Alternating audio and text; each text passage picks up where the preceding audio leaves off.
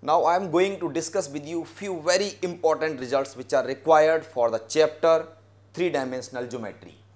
How to find the angle between two lines if their DRs A1, B1, C1 and A2, B2, C2 are given. That's mean A1, B1, C1 are the DRs of first line and A2, B2, C2 are the DRs of second line.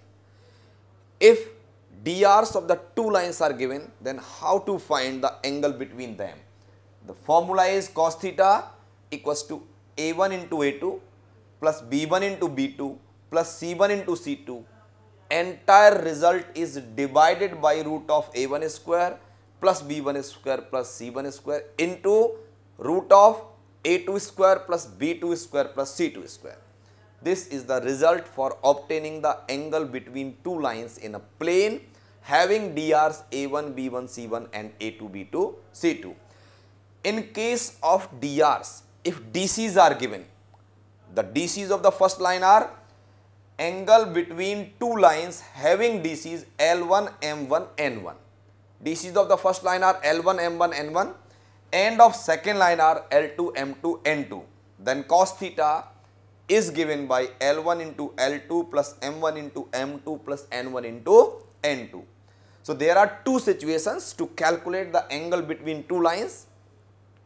First in case when DRs are given, second in case when DCs are given. Now two lines may be parallel also, may be perpendicular also. Then what are the situations, how we will come to know that lines are parallel or perpendicular? Condition for two lines to be parallel if their DRs are known, A1, B1, C1 and A2, B2, C2. So if we have the relation of type A1 upon A2 is equals to B1 upon B2 is equals to C1 upon C2. If DRs are maintaining, obeying, following this relation, then lines are parallel. And for perpendicular, the relation of the DR should be A1 into A2 plus B1 into B2 plus C1 into C2 is equals to 0. Condition for two lines to be perpendicular is A1 into A2 plus B1 into B2 plus C1 into C2 is equals to 0. Or in case of DCs, it is L1 into L2 plus M1 into N2 plus N1 into N2 is equals to 0. So these are the situations where we can calculate what is the angle between two lines and we can go to check their condition of perpendicularism and parallelism.